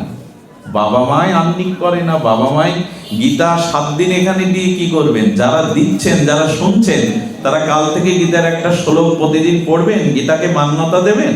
7 দিন হলো তো 7 দিন কত লোক হলো, প্রসাদ হলো, গীতার আলোচনা হলো, অথচ গীতাটা মরার পরে বুকে দিয়ে দেবে, জীবনে গ্রহণ করবে না। অথচ গীতাটা লাল কাপড় দিয়ে বেঁধে রাখবে। কেউ কেউ তুলসী দিয়ে দিয়ে গীতার পৃষ্ঠায় শেষ করে ফেলেছে, অথচ গীতার বাণী আদর্শ জীবনে গ্রহণ করেনি।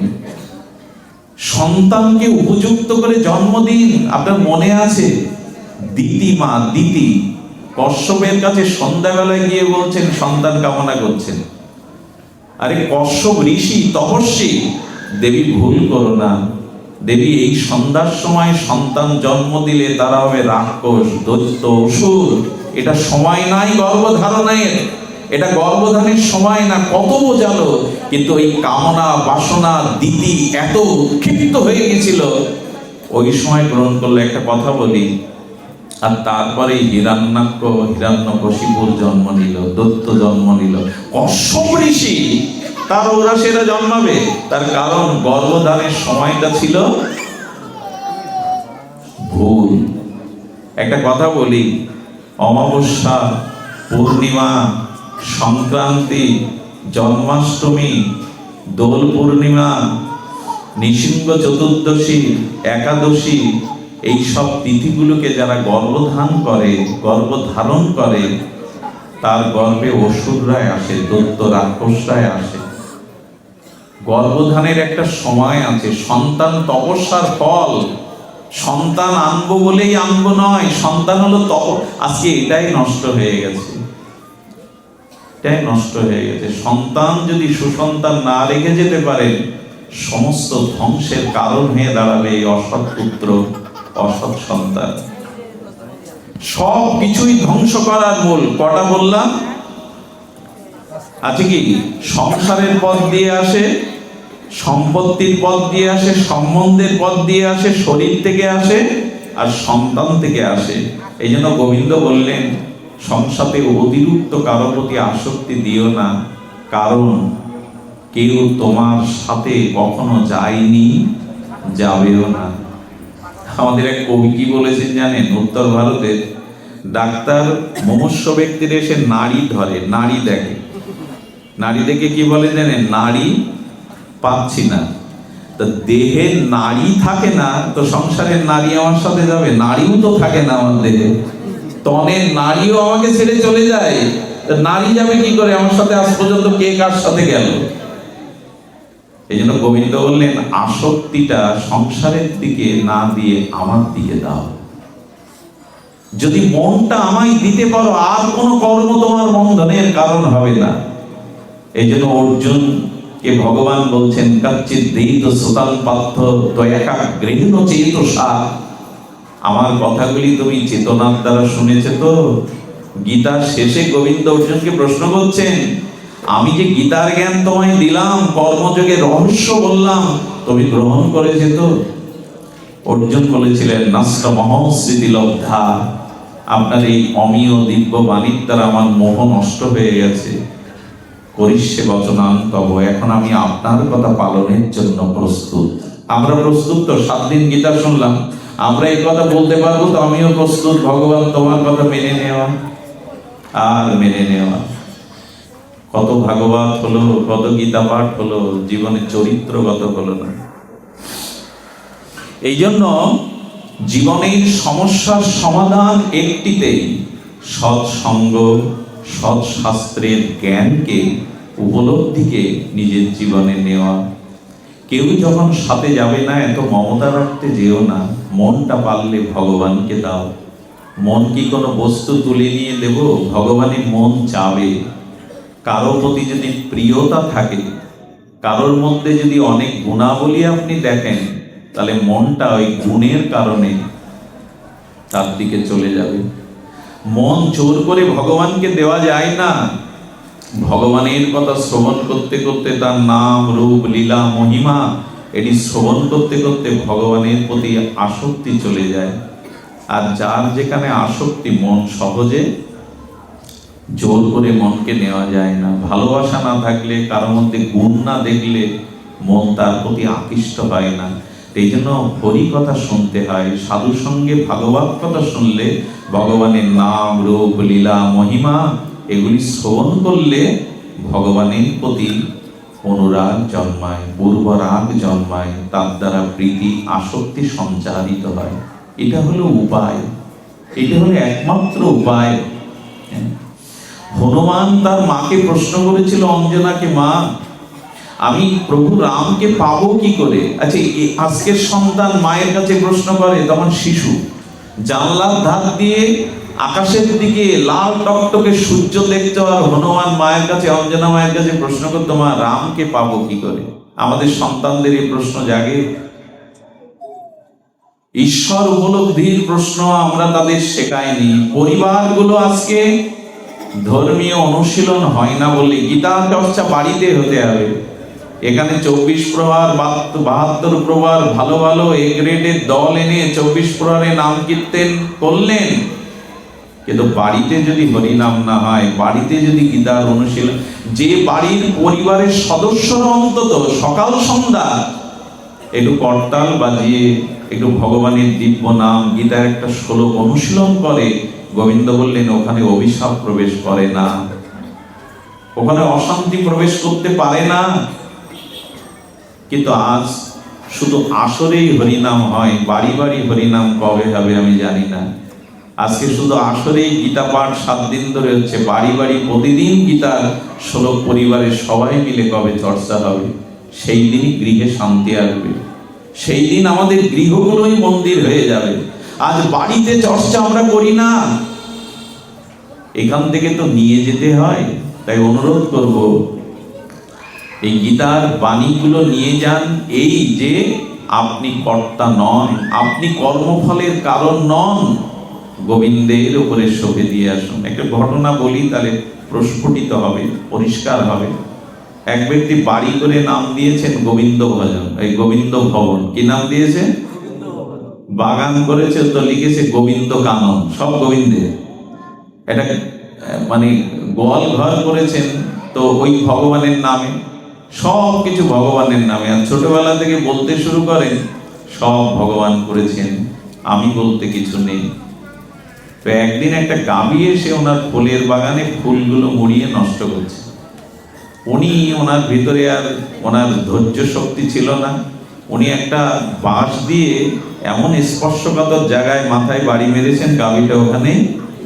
এখন গৌ হত্যা মহাপাপের কারণে যখন ওনার প্রতি মহাপাপ, উনি তখন ওই গৌটা মারার পরে বলছেন বাগান গোবিন্দের, বাড়ি গোবিন্দের, ফুলও গোবিন্দের জন্য, আমিও গোবিন্দের। আমার হাত হলো এক এক অঙ্গে কিন্তু এক একটা দেবতা বাস করে। হস্তটা হলো ইন্দ্রের, হস্তে কি বাস করে? উনি তখন বলছেন মেরেছে ইন্দ্র, হাতের দেবতা ইন্দ্র আমি না। ইন্দ্রের কাছে ওই পাপ চলে গেছে, ইন্দ্র কাতরাচ্ছে। গোহত্যা পাপের কারণে ইন্দ্র যখন মহাপাপে কাতরাচ্ছে, তখন ইন্দ্রে ভগবানের কাছে প্রার্থনা করছে, প্রভু মেরেছে ওই হাত দিয়ে, পাপ আমাকে নিতে হলো। শোনানি, ও তো সব দিয়ে বসেছে সমাধান, হাতের ইন্দ্রিয়ের অধিদেবতা তুমি। এখন বলছে আমি মারিনি, হাত তো ইন্দ্রিয়ের, ইন্দ্র মেরেছে। ইন্দ্র বলছে প্রভু আমাকে একটু আশীর্বাদ করুন, আমি এই পাপটা ওর কাছে আবার রেখে আসি। যদি পারো যাও। ইন্দ্র এক বৃদ্ধের রূপ ধরে ওর বাড়ি ঢুকছে আর বলছে, আহা কি সাজানো গোছানো বাড়ি। আচ্ছা বাবা, আপনার বাবা খুব সংস্কৃতি মনা ছিলেন, খুব সৌন্দর্য প্রিয় ছিলেন না? বলে তার মানে? বলে আপনার বাবা কি সুন্দর পুকুর করে গেছেন, কি সুন্দর ফুলের বাগান করেছেন। তখন বলছে আপনার একটু ভুল হচ্ছে, এটা বাবা করিনি, আমি করেছি। এটা বাবা করেনি, পুকুরটা আমার হাতেই করা, বাগানটা আমার হাতেই করা।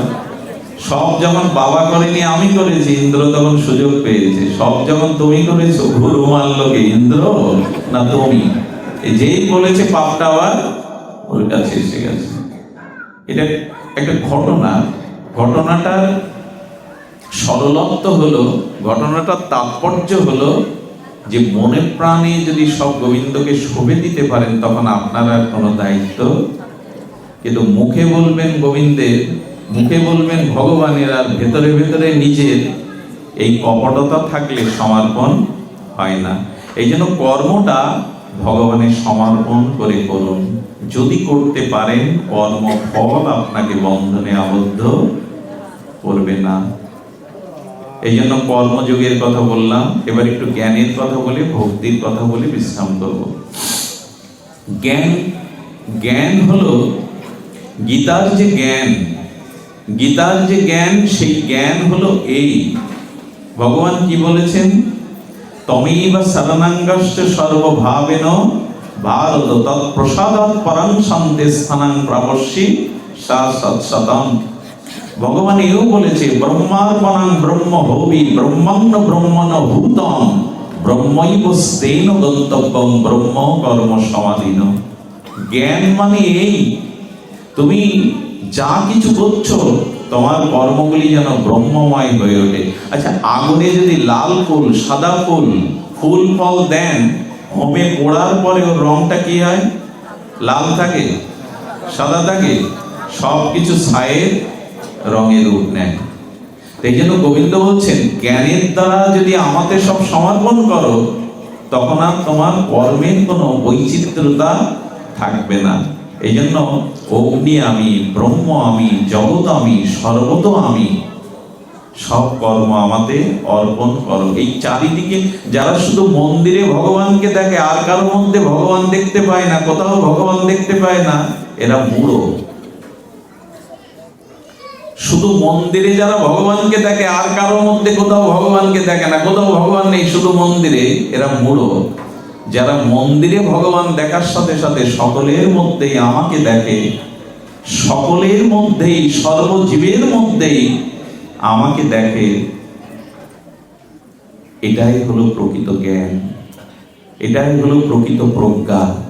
যে ভগবানকে শুধু মন্দিরে দেখবেন না, সকলের মাঝে দেখুন, সবখানে তিনি আছেন, এই উপলব্ধির নামই হলো প্রকৃত পরা জ্ঞান। আছো অনল অনিলে চিরনভ নীলে ভূধর সলিলে গহনে, আছো বিটপি লতায় জলদের গায়ে শশী তারকায় তপনে, আমি নয়নে বসন বাঁধিয়া আধারে মরিল কাঁদিয়া, দেখি নাই কিছু বুঝি নাই কিছু, দাওকে দেখায় বোঝাই তো কবির উপলব্ধি। সর্বং খলিদম ব্রহ্ম উপনিষদের মন্ত্র। আর গৌড়ীয় বৈষ্ণব বলেছেন যাহা যাহা নেত্র পড়ে তাহা তাহা কৃষ্ণ স্ফুরে। কোথায়? তুমি তো বিস্তার হয়ে আছো জগৎময়। এই জন্য সকলের মধ্যে যদি ভগবানকে দেখতে পান তো আপনি আলাদা করে আর কোন মন্দির দেখবেন, কাকে হিংসা করবেন?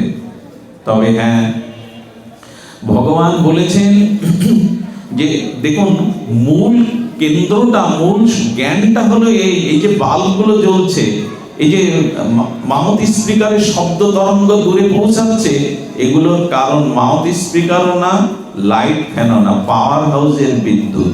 ওটা যদি বন্ধ হয়ে যায় চলবে কি এগুলি?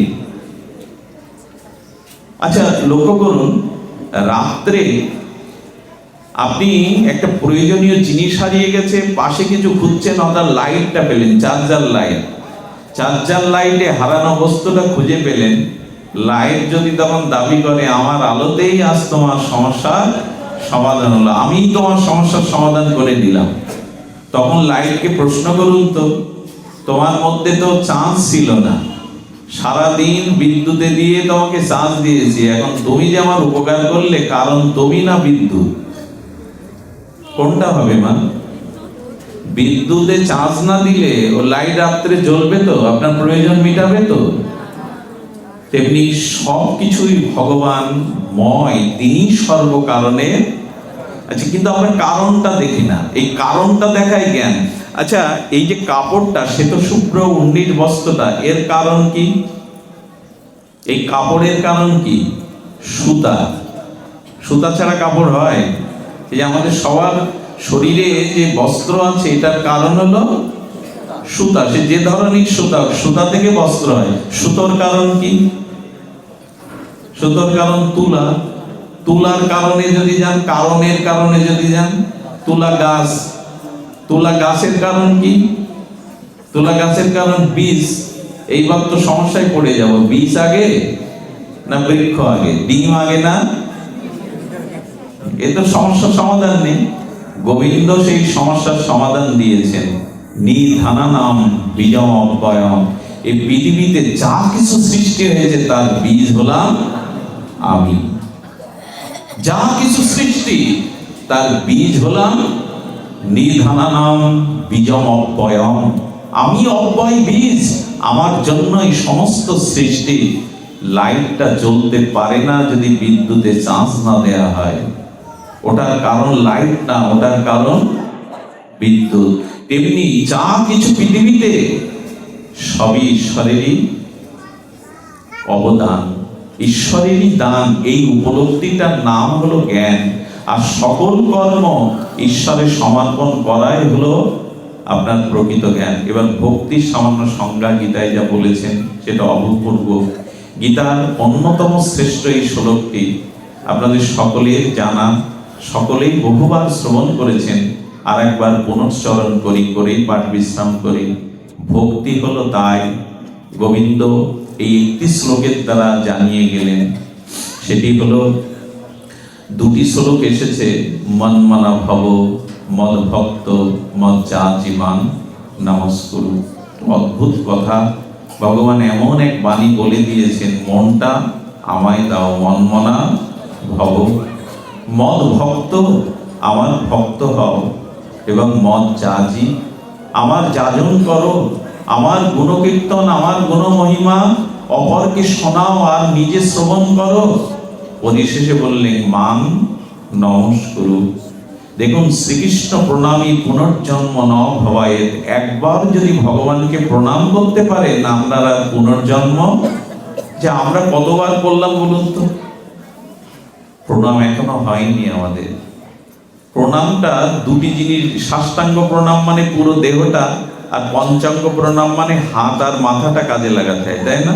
হাত জড়ো করতে আর মাথাটা নত করতে হয়। প্রণাম কাকে বলে? খুব আবিধানিক একটা সরলত্ব হলো, হাত হলো কর্মের প্রতীক, আর মাথাটা হলো কিসের প্রতীক?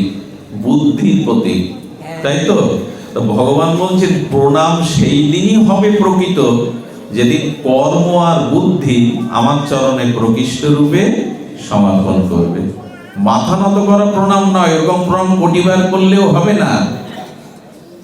হাত জড়ো করছি কেন? প্রণাম করতে গেলে তো হাত করজোড় করতে হবে। হাত মানে কর্মের প্রতীক, আর মাথাটা হলো ব্রেনের, বুদ্ধির প্রতীক। অর্থাৎ বুদ্ধি আর কর্ম প্রকৃষ্ট রূপে ছল কপটতা না করে আমার চরণে সমর্পণ করার নামই হলো প্রণাম। এই প্রণাম হয়েছে তো আমাদের জীবনে। বুদ্ধি তোমাকে দিলাম, কর্ম তোমায় সমর্পণ করলাম প্রভু। এই কর্ম আর বুদ্ধি সমর্পিত করার নামই হলো প্রণাম। গোবিন্দ বললেন মন আমায় দাও, আমার ভক্ত হও। আর পরিশেষে বলতে বলতে বললেন সর্বধর্মান পরিত্যাজ্য, সব ত্যাগ করে আমার শরণাপন্ন হও। যদি আমার শরণাপন্ন হতে পারো, অন্য সব ত্যাগের পাপ তোমাকে স্পর্শ করবে না। আমি তোমার অহন্তাং সর্ব পাপেভ্য, আমি সমস্ত পাপের দায়ভার গ্রহণ করব। এর একটা ছোট্ট দৃষ্টান্ত দিয়ে পাঠ বিশ্রাম করি। অভূতপূর্ব কথাটি যদি আমরা নিতে পারি হৃদয়ে। একবার অর্জুন গোবিন্দের গলে মালা দেবে বলে বাগানে ফুল চয়ন করতে গেছেন, কিন্তু ঘটনাক্রমে ওই বাগানে হনুমান ছিলেন। কে ছিলেন?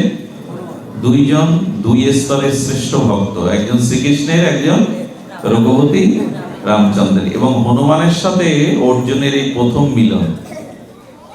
যেই দেখছে হনুমান, অর্জুন ঢুকেছে ফুল তুলতে, এসে বলছে দাঁড়াও, আচ্ছা তোমার কি জানা নেই যে ফুল তুলতে গেলেও মালি বা বাগানের মালিকের অনুমতি নিতে হয়? এটা কিন্তু নিয়ম। রামচন্দ্র অবধে অর্থাৎ জনকপুরীতে যেদিন বিশ্বামিত্র গুরুদেবের পূজার ফুল তুলতে গিয়েছিলেন, লক্ষণ কোলে হাত দিতে যাবে, রাম হাত টেনে ধরলেন। লক্ষণ, এই জনকপুরী হতে পারে, জনক রাজার হতে পারে, কিন্তু ফুলগুলোকে লালন পালন করে ফুটিয়েছেন যে মালি, তার অনুমতি ছাড়া ফুল তোলা উচিত। আমরা সকালে কি করি? লোকের ঘাল মুড়িয়ে আর বলা, লোকের জন্য থাকলো কি না সব আমার। কটা আছে এখন? আর একটু সময় বাড়াবো, তাই? জয় রাধে। ঠিক আছে, বলছেন তো কি হয়েছে, এভাবে ফুল তুলতে নেই। আরেকটা নিয়ম বলি, ফুল কখনো ডান হাত ছাড়া বাম হাত দিয়ে তুলবেন না। রামচন্দ্র বলছেন, মালির অনুমতি নিয়ে রামচন্দ্র বাম হাতে পাত্র রেখে ডান হাত দিয়ে ফুল তুলছেন। উনি আচরণ শেখাচ্ছেন, মর্যাদা পুরুষোত্তম। আর কুড়ি ফুল কখনো কোনোদিন গাছ থেকে চয়ন করবেন না। এগুলো শাস্ত্রিক নিয়ম। ফুলের আর এক নাম কুসুম। তো কুসুম এটা তুললে সু এবং কু দুটোই ভগবানকে দিতে হবে। তো সেখানে তুলতে গেলে প্রস্ফুটিত ফুল তুলতে হবে। আরে অর্জুনকে বলছে, তুমি ফুল তোলার নিয়মই জানো না, এটা তো তোমার চুরি হয়ে যাচ্ছে। যা যে মালি তার কাছে অনুমতি নিলে না। হনুমানের দিকে অর্জুন তাকিয়েছে। আচ্ছা তুমি কে, তোমার পরিচয় কি? হনুমান জিজ্ঞাসা করছে। বলে আমি অর্জুন, তৃতীয় পাণ্ডব। বলে এই জন্য তোমার সখা কৃষ্ণ না, ও তো সেই ছোটবেলা থেকে চুরি আর চুরি, বৃন্দাবনে সব চুরি। তো যার গুরু যেমন তার শিষ্যও তো তেমন, যার বন্ধু যেমন। তুমিও তো তোমার সখার মতো চুরি করতে বসেছো, ফুলের মালির কোনো খোঁজ নাওনি, অনুমতি নাওনি। অর্জুনের রাগ হয় কিনা? তখন অর্জুন প্রশ্ন করছে, আচ্ছা আমি কৃষ্ণের জন্য ফুল তুলতে এসেছি, আমাকে চোর বানাচ্ছ, আমার সখাকে চোর বানাচ্ছ, তুমি কার চেলা? কে তুমি? বললেন আমি রামদাস হনুমান। বলে এইবার বুঝেছি, তোমার মুখে এই কথা মানায়। হ্যাঁ, তুমি গোবিন্দের জন্য ফুল তুলতে দিচ্ছ না, কি বীরত্ব তোমার প্রভু জানা নেই? আরে স্বয়ং ভগবান আর বানরদের দ্বারা সেতু বন্ধ করে ওপারে যেতে হলে এমন ভগবান নিজে একটা সেতু তৈরি করতে পারল না, তুমি তো তার শিষ্য। তখন বলছেন, জানো হনুমান, আমি একটা তীরের দ্বারা একটা সাগরের এপার ওপর সেতু করিয়ে দিতে পারি। প্রভুর নিন্দা হনুমান শোনে। বললেন, হ্যাঁ তুমি এপার ওপার সাঁকো দিতে পারো, তোমার বানের দ্বারা বীরত্বের দ্বারা সেতু তৈরি করতে পারো, কিন্তু ওখানে আমি একা উঠলে ওটা পাতালে ধসে যাবে। হনুমান ক্ষত্রিয় তো বীর, রাগ হয়েছে। বললেন, আমি যে তীর দিয়ে সেতু করব, তাতে উঠলে যদি পাতালে ধসে যায়, আমি আগুনে আত্মহত্যা করব, প্রতিজ্ঞা করছি। দুইজন ভক্ত তো এখানে চা হবে, খুব চরম হবে। একদিকে হনুমান, একদিকে অর্জুন। হনুমান সামনে রেখে বললেন, চালাও তীর, সেতু তৈরি করো।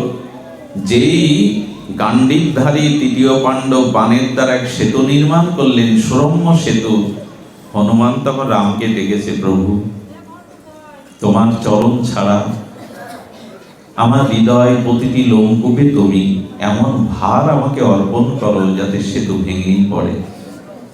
হনুমানের প্রতিটি লোমকূপে কোটি কোটি যোজন শক্তি ভগবানের কৃপায় পেল। উঠে দাঁড়াবার সাথে সাথে সেতু ভেঙে চুরে একেবারে নদীর মধ্যে। অর্জুন বিস্ময় প্রকাশ করে আগুন জ্বালালেন। হনুমান বললেন, এইবার তো বিপত্তি, বাঁচাবো কি করে? হনুমান বারবার হাত টেনে ধরছে। বললেন, বাধা দিও না, আমি ক্ষত্রিয়, আমি যা বলি তা রক্ষা করে, মরতে দাও। হনুমান তখন আমার রামকে ডাকতে শুরু করেছে, কৃষ্ণকে বাঁচাও, আমার কারণে তো মরবে। ভগবান সঙ্গে সঙ্গে ভক্তের ডাকতো। একটা বৃদ্ধ ব্রাহ্মণের বেশ ধরে কৃষ্ণ এসে উপস্থিত। বৃদ্ধ বলছেন, একজন আগুনে ঝাঁপ দিতে যাচ্ছ, একজন টেনে ধরছ, কি হয়েছে বলো আমাকে। পূর্বের ঘটনা বলার পরে তখন এই বৃদ্ধ ব্রাহ্মণ রূপী ভগবান বললেন, দেখো তোমরা যখন এই প্রতিজ্ঞা করেছিলে, দুজন বাদে মাঝখানে কেউ ছিল? তৃতীয় পক্ষ? বলে কেউ না। বলে তাহলে তো বিচার চলবে না। তৃতীয় পক্ষ যদি কেউ না থাকে তো বিচার কি করে হবে? কে কি বলেছে? এক কাজ করো, আমি একটা প্রস্তাবনা দিচ্ছি।